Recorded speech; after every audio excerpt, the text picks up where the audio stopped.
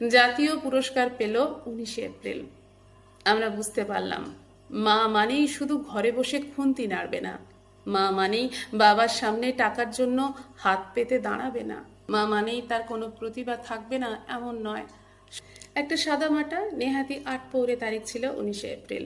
বাঙালির রোজকার টেলটেলে ঝোল ভাতের মতোই ভীষণ সাধারণ একটা তারিখ, কিন্তু 1994 সাল থেকে তারিখটা বিশেষ হয়ে গেল শুধুমাত্র একটা চলচ্চিত্রের কারণে। মাত্র 31 বছরের বাঙালি মানুষটা এই দিনটাকে বিশেষ করে দিয়ে গেলেন। এখন 19শে এপ্রিল শুনলেই অদিতির আত্মহত্যার চেষ্টায় দরজা বন্ধ হয়ে যাওয়ার দৃশ্যটা মনে পড়ে যায়। মনে পড়ে যায় সরোজিনীর মাদ্রাজ থেকে এসে মেয়ের সঙ্গে মান অভিমানের পর্ব, ঝিরঝিরে দূরদর্শন, ফিলিপসের টিভি, দেবশ্রীর আত্মহত্যার উদ্বেগ, অপর্ণা সেনের উপর রাগ। অদ্ভুত একটা দিন, অদ্ভুত একটা সন্ধে।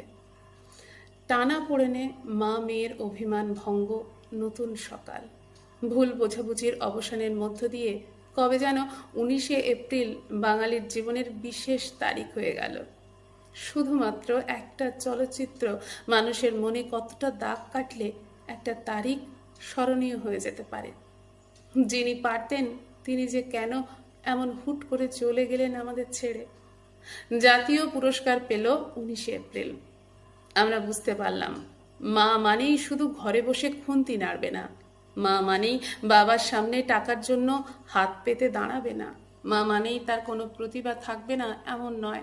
সাধারণত ওই সময়ের বেশিরভাগ চলচ্চিত্রে আমরা দেখতাম মা মানেই সেই সকলের খাওয়ার পর হাঁড়ির অবশিষ্ট পড়ে থাকা ভাতটুকুই খাবে। নিজের সমস্ত ইচ্ছাকে গুটিয়ে রাখা একটা মানুষের নাম মা। এই দেখতে দেখতে অভ্যস্ত চোখে আচমকাই ঝটকা লাগলো যেন। উনি বোঝালেন, মা মানেই নিজের সবটুকু জলাঞ্জলি দেবে না। তার গান, নাচ, আঁকার শখ বিসর্জন দিয়ে শুধু মা হয়ে উঠতে হয় না, এসব করেও মা হওয়া যায়। মা একজন স্বাধীন ব্যক্তি, সন্তানকে আগলে রাখার সাথে সাথে নিজের প্রতিভা বা স্বপ্ন পূরণের অধিকার রয়েছে তার। আজ থেকে কতদিন আগে ওই মানুষটা চোখে আঙুল দিয়ে দেখিয়ে দিয়ে গিয়েছিলেন, মা মানেই সর্বস্ব ত্যাগ নয়। ঋতুপর্ণ ঘোষ মানেই অন্তরে গিয়ে আঘাত করত কিছু প্রশ্ন। এটাই ছিল তার বিশেষত্ব। আজও আরেকটা 19শে এপ্রিল।